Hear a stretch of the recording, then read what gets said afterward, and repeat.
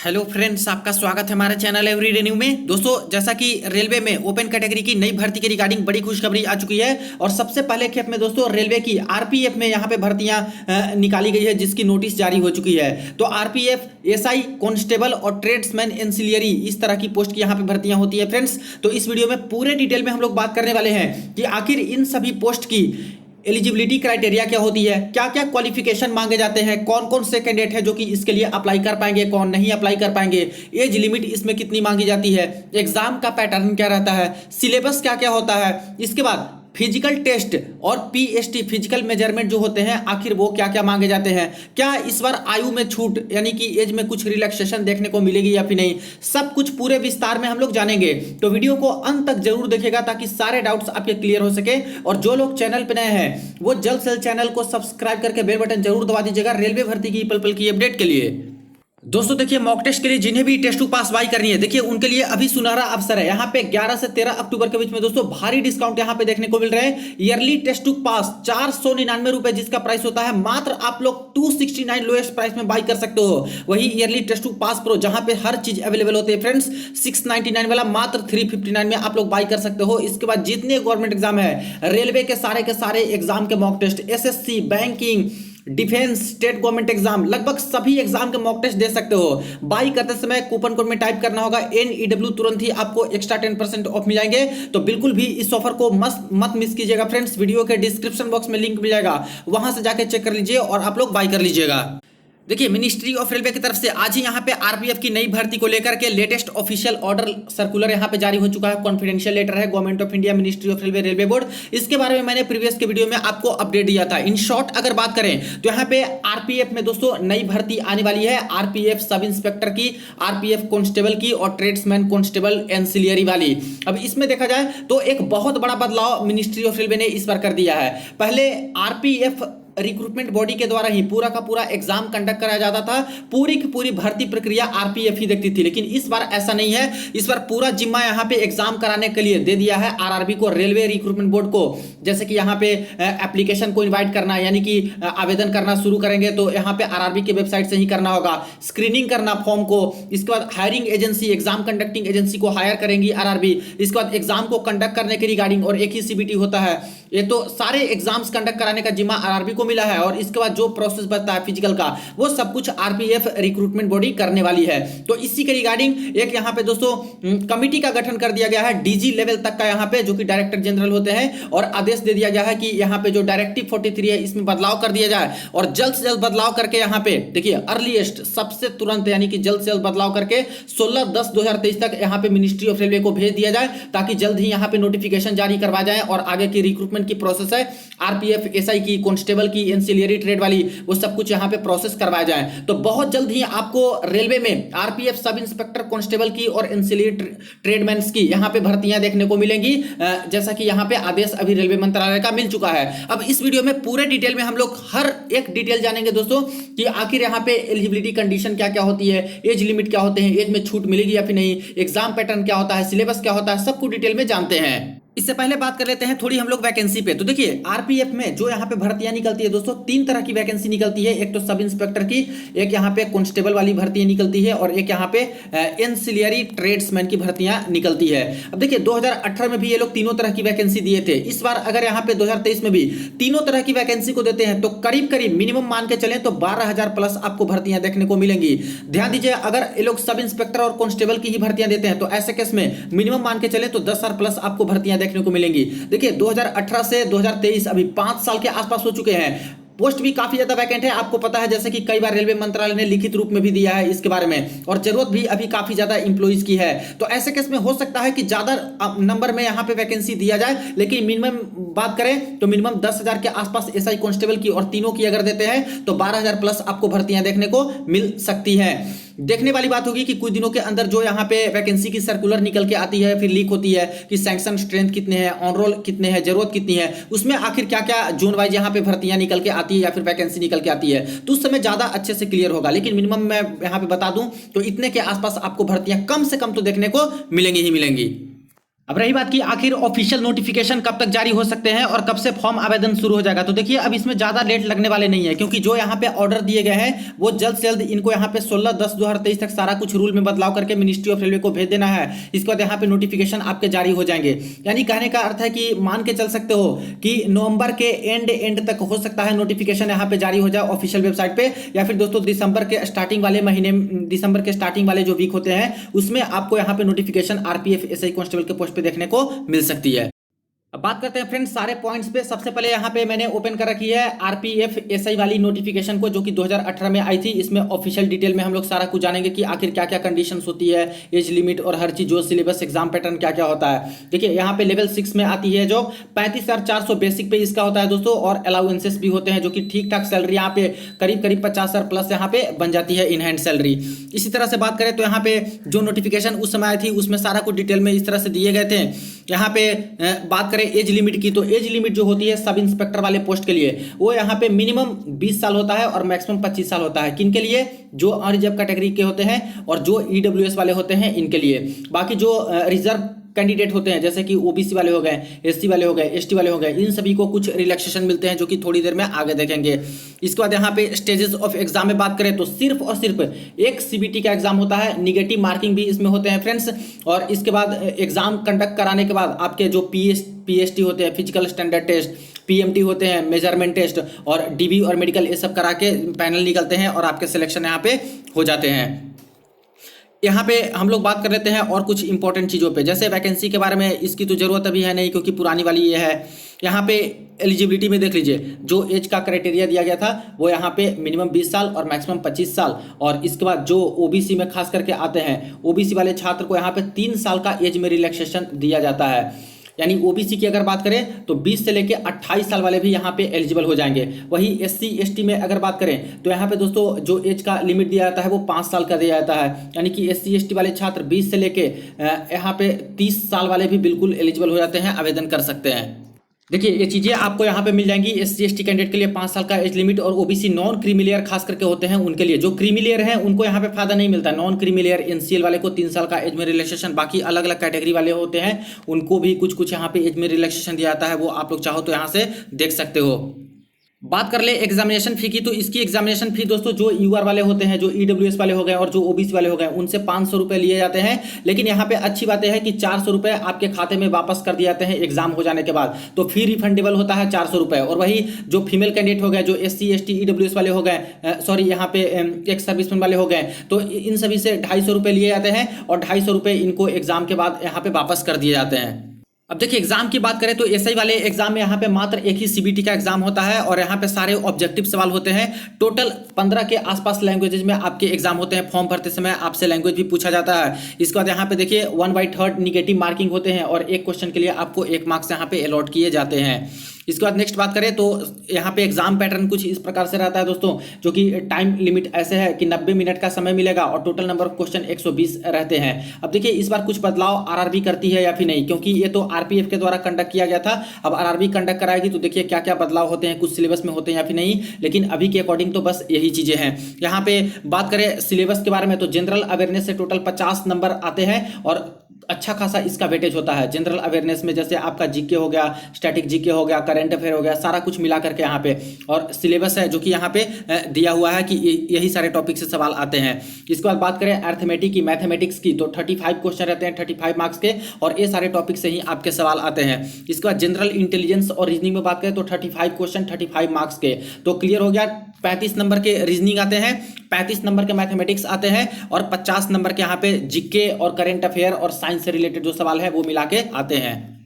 अब आ जाते हैं फिजिकल में। देखिए एग्जाम हो जाने के बाद दोस्तों जिनका सिलेक्शन होता है उनसे फिजिकल टेस्ट भी लिए जाते हैं। अब फिजिकल इफिशिएंसी टेस्ट में और फिजिकल मेजरमेंट टेस्ट में क्या क्या कंडीशन है जो कि यहाँ पे रहती है, तो जितनी वैकेंसी होती है उसके 10 गुना छात्र का सिलेक्शन होता है दोस्तों पीईटी के लिए और पीएमटी के लिए। अब इसमें देखा है तो सब इंस्पेक्टर मेल जो कैंडिडेट होते हैं 1600 मीटर का रनिंग होता है दोस्तों, जो कि 6 मिनट 30 सेकंड में आपको कवर कर लेना होता है। और जो फीमेल कैंडिडेट होते हैं उनको 800 मीटर का रनिंग देना होता है और 4 मिनट कैंडिडेट में इनको कवर कर लेना होता है। लॉन्ग जंप की बात करें तो मेल फीमेल दोनों के लिए है। मेल के लिए है क्वालिफाई करने के लिए 12 फीट लॉन्ग जंप और फीमेल के लिए 9 फीट रहता है। हाई जंप की अगर बात करें तो 3 फीट 9 इंच यहाँ पे हाई जंप रहेगा मेल के लिए और फीमेल के लिए 3 फीट यहाँ पे हाई जंप रहता है।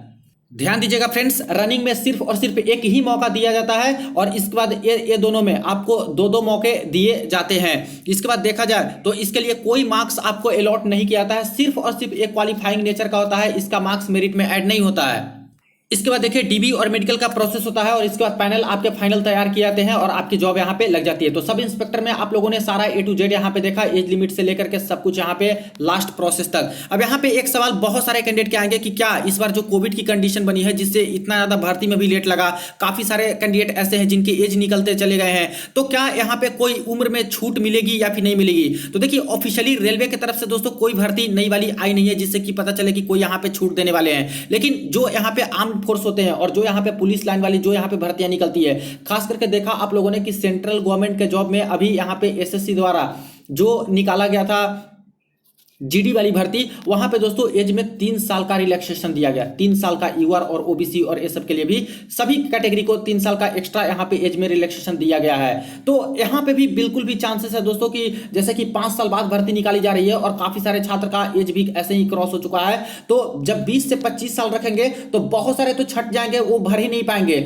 इसीलिए कम से कम 3 साल का एज रिलैक्सेशन यहाँ पे देखने को मिल सकते हैं, लेकिन इसकी पूरी तरह से क्लैरिटी नहीं है दोस्तों, क्योंकि ऑफिशियल रेलवे की तरफ से कोई ऐसा नहीं आया है। लेकिन अगर नहीं भी निकालते हैं कोई 3 साल की एज रिलैक्सेशन या फिर 2 साल की, तो ऐसे केस में यहाँ पे छात्र आंदोलन अगर करते हैं या फिर लार्ज अमाउंट में यहाँ पे ग्रीवेंस डालते हैं रेलवे मंत्रालय को, मिनिस्ट्री ऑफ रेलवे को, तो इनके लिए कुछ ज्यादा मुश्किल नहीं होगा एज में रिलैक्सेशन देना। तो मुझे लगता है कि 3 साल का एज रिलैक्सेशन इनको इस बार देनी चाहिए कोविड कंडीशन के कारण, और वैसे भी भर्तियां बहुत ज्यादा लेट निकाले हैं, तो इस कंडीशन को देखते हुए 3 साल ठीक ठाक रहेगा एज में रिलैक्सेशन यूआर के लिए, ईडब्ल्यूएस के लिए और बाकी अलग अलग जो कैटेगरी में आते हैं उनके लिए भी एक्स्ट्रा। एक और इंपॉर्टेंट चीज जान लीजिए, सब इंस्पेक्टर के लिए जो यहाँ पे आवेदन करना चाहेंगे उनकी जो एजुकेशनल क्वालिफिकेशन होती है फ्रेंड्स, वो ग्रेजुएशन मांगी जाती है। यानी कि ग्रेजुएशन किसी भी रिकॉग्नाइज यूनिवर्सिटी से की हो किसी भी सब्जेक्ट में, तो बिल्कुल आप लोग एलिजिबल होते हो। और मिनिमम 20 साल मैक्सिमम 25 साल तो आपको एज पता चल ही गया, जो कि पहले रखी गई थी। इस बार चांसेस है कि एज में कुछ छूट मिले।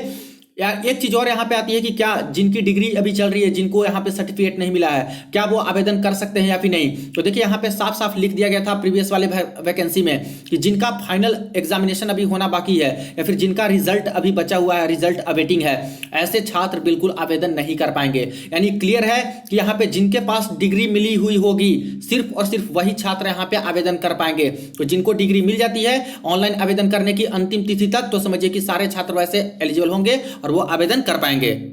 ध्यान दीजिएगा आप लोग, फिजिकल के समय जो यहाँ पे फिजिकल मेजरमेंट होते हैं उसमें कुछ इस तरह की चीजें हैं जो कि यहाँ पे छात्र से अपेक्षा की जाती है, यानी मांगी जाती है। सबसे पहले अगर बात करें यूआर और ओबीसी वाले कैंडिडेट के लिए, तो जो मेल कैंडिडेट होते हैं उनका जो हाइट मांगा जाता है 165 सेंटीमीटर यहाँ पे हाइट मांगा जाता है। जो फीमेल कैंडिडेट होते हैं 157 सेंटीमीटर हाइट यहाँ पे मांगे जाते हैं। अगर इससे 1 भी सेंटीमीटर कम होता है दोस्तों, तो आप को यहाँ पे इनएलिजिबल घोषित कर दिया जाता है। इसीलिए ये कंडीशन यहाँ पे रहती है आरपीएफ एसआई कांस्टेबल वाले में। इसके बाद एससी एसटी वाले जो होते हैं, मेल कैंडिडेट का हाइट यहाँ पे 160 सेंटीमीटर मांगा जाता है मिनिमम, और एसटी कैंडिडेट के मिनिमम 152 सेंटीमीटर हाइट मांगे जाते हैं। वही जो यहाँ पे गोरखास मराठास ये सब होते हैं उनके लिए हाइट जो है मेल कैंडिडेट के लिए 163 मांगे जाते हैं और फीमेल के लिए 155 तक भी यहाँ पे मान्य होता है।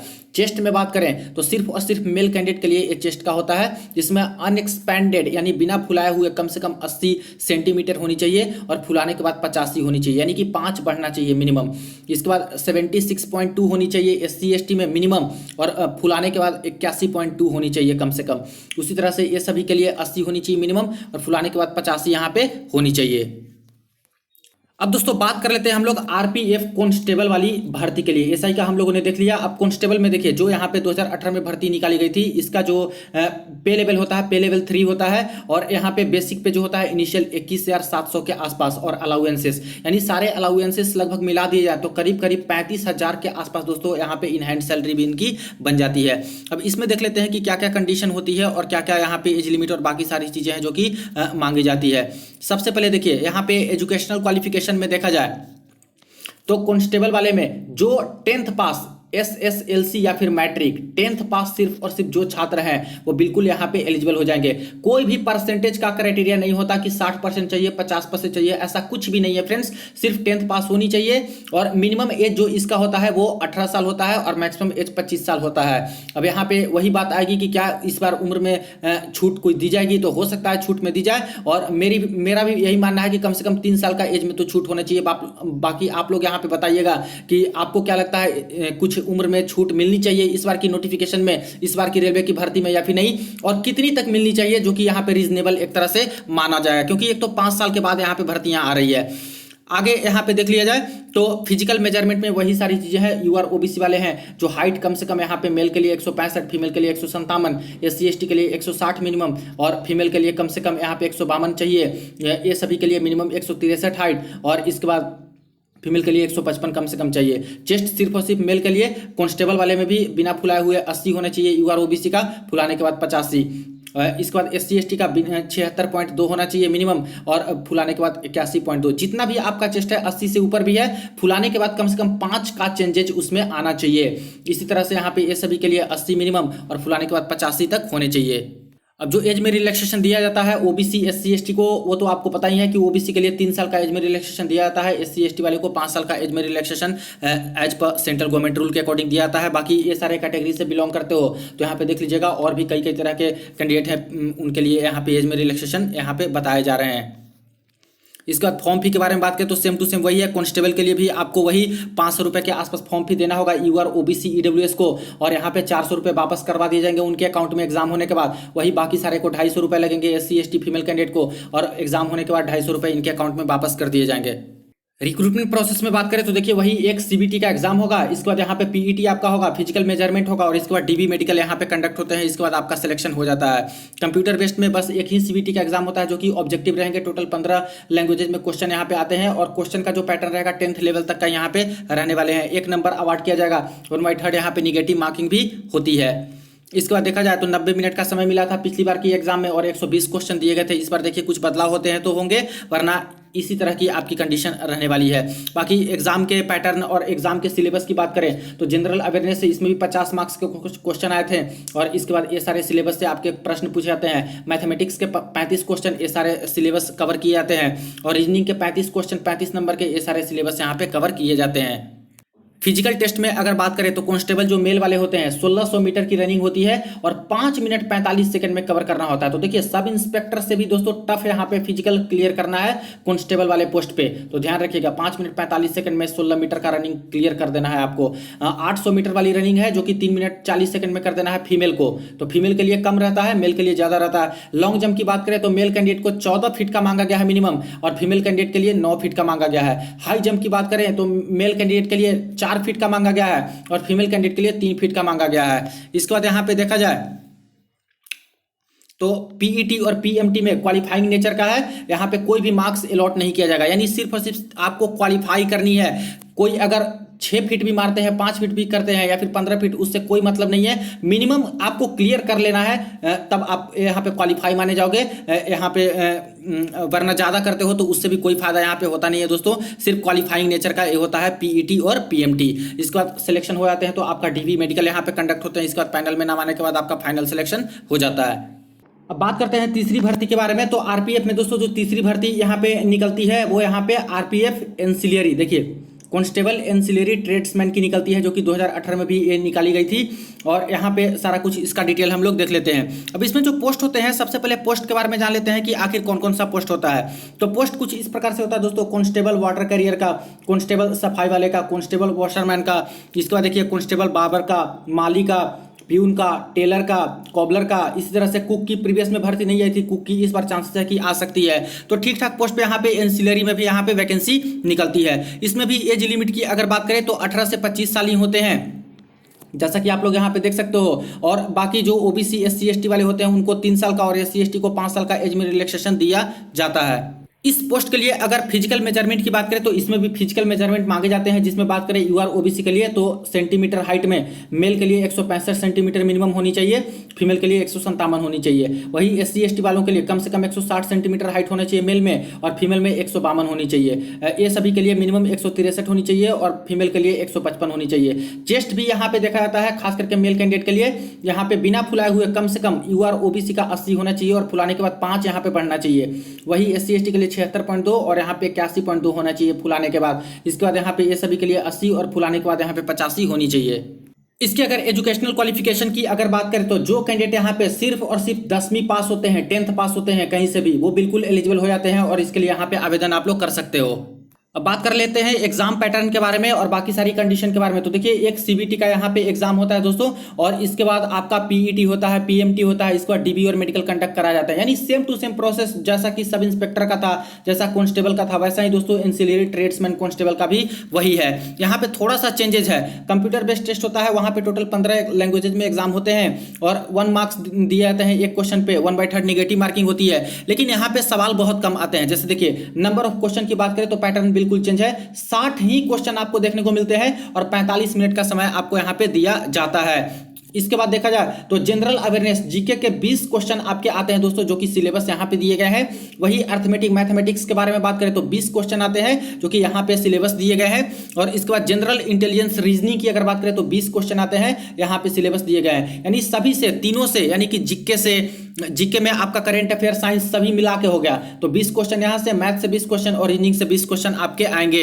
इसके बाद यहां पे देखिए कि 8 गुना कैंडिडेट का चयन होता है फिजिकल के लिए, जिसमें यहां पे बात करें तो 800 मीटर की ही रनिंग इसमें होती है। मेल के लिए भी इतना ही होता है, फीमेल के लिए भी इतना ही होता है 800 मीटर का, जो कि यहां पे 3 मिनट 40 सेकंड में आपको रनिंग कर लेना है। लॉन्ग जंप 9 फीट का मांगा जाता है मिनिमम, मेल फीमेल दोनों के लिए, और हाई जंप मेल फीमेल दोनों के लिए 3 फीट का मांगा जाता है। तो इसमें काफी कुछ छूट मिलता है दोस्तों, और ये आसान होता है क्लियर करना, क्योंकि एंसिलियरी वाली पोस्ट यहां पे होती है। तो ये रही दोस्तों कंप्लीट जानकारी, A to Z जानकारी रेलवे की आरपीएफ, एसआई, कांस्टेबल और एंसिलरी ट्रेड्समैन की भर्ती के रिगार्डिंग, जिसकी नोटिफिकेशन कुछ दिनों के अंदर जल्द ही आने वाली है फ्रेंड। जैसा कि रेलवे मंत्रालय का भी आदेश मिल चुका है और जल्द ही ऑनलाइन आवेदन भी इसके रिगार्डिंग शुरू हो जाएंगे। तो बिल्कुल भी आप लोग कमर कस लीजिए और जिस जिस पोस्ट की एलिजिबिलिटी रखते हो, क्योंकि आप लोगों ने यहाँ पे सारा डिटेल देखा सभी पोस्ट का, तो जिस पोस्ट के लिए एलिजिबिलिटी रखते हो उसके लिए बिल्कुल आवेदन आप लोग कर पाइएगा और एग्जाम निकाल के आप लोग उस पोस्ट पे जा सकते हो। तो बिल्कुल तैयार रहिएगा आप लोग, और जो लोग चैनल पे नए हैं जल्द से चैनल को सब्सक्राइब करके बेल बटन दबा दीजिएगा। सारी की सारी A to Z जानकारी आपको दोस्तों भर्ती की रिगार्डिंग यहाँ पे मिलते रहेंगी। चलिए मिलते हैं नेक्स्ट वीडियो में। वीडियो को दोस्तों के साथ जरूर आप लोग शेयर कर दीजिएगा।